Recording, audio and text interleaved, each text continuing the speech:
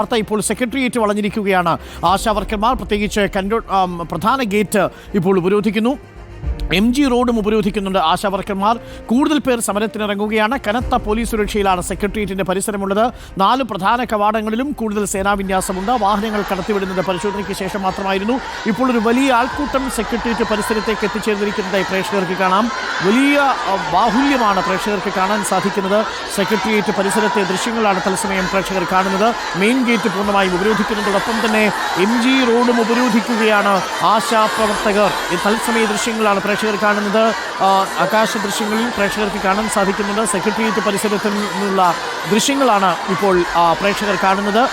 സുനിഷയുണ്ട്. സുനിഷ, കൂടുതൽ പ്രവർത്തകർ അവിടേക്ക് എത്തിച്ചേർന്നുകൊണ്ടിരിക്കുന്നു. മെയിൻ ഗേറ്റ് ഉപരോധിച്ചുകൊണ്ട് വലിയ രീതിയിലുള്ള ഒരു സമരമാണ് നമ്മളിപ്പോൾ കാണുന്നത്. റോഡും ഉപരോധിക്കുകയാണോ ആശാപ്രവർത്തകർ?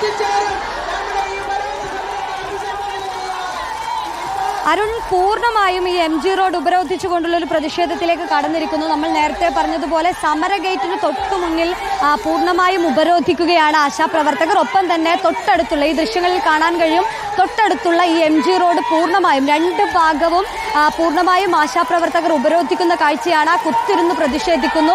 ഒപ്പം തന്നെ സമര ഗേറ്റിന് മുന്നിൽ കിടന്ന് പ്രതിഷേധിക്കുന്ന ഒരു കാഴ്ചയാണ് സെക്രട്ടേറിയറ്റിന് മുന്നിൽ നിന്നും കാണാൻ കഴിയുന്നത്. ആശാ വർക്കർമാർ പറഞ്ഞതുപോലെ ഉപരോധം അതിൽ 1000-ലധികം പേർ പങ്കെടുക്കുമെന്ന് പറഞ്ഞു. നിലവിൽ 1000-ഓളം പ്രവർത്തകർ ഏതായാലും പ്രതിഷേധത്തിന്റെ ഭാഗമായി സെക്രട്ടേറിയറ്റിന് മുന്നിൽ എത്തിയിട്ടുണ്ട് എന്നുള്ളത് തന്നെയാണ്. പൂർണ്ണമായും ഉപരോധത്തിലേക്ക് കടന്നിരിക്കുന്നു.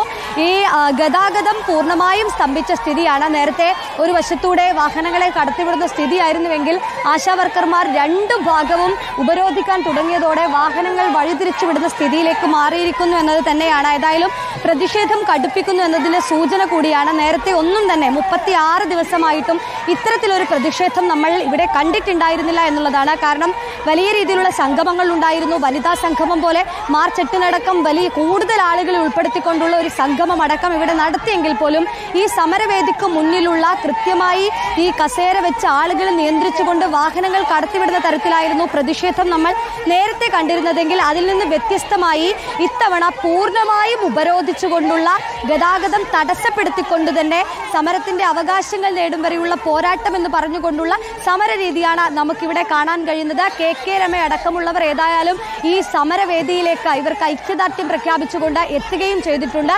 നിലവിൽ ഏതായാലും സമരം കടുപ്പിക്കുന്നു എന്നത് തന്നെയാണ്.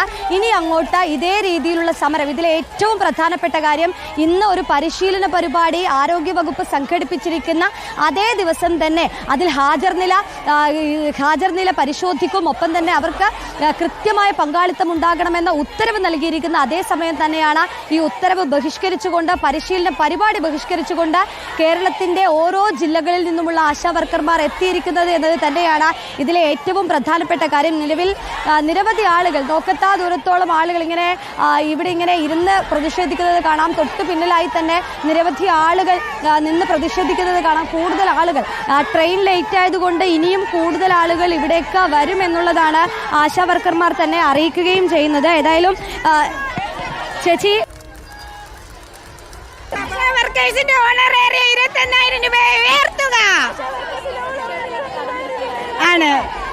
ആണല്ലോ ഉപരോധത്തിലേക്ക് അടക്കം കടന്നിരിക്കുന്നു. ഇനി അങ്ങോട്ട് വലിയൊരു പ്രതിഷേധം എന്നത് തന്നെയാണ് ഇതിന്റെ സൂചിപ്പിക്കുന്നത്. ആണ് നമ്മൾ സമരം ജയിക്കുന്നത് വരെ ഇതുമായിട്ട് തന്നെ മുന്നോട്ട് പോകും.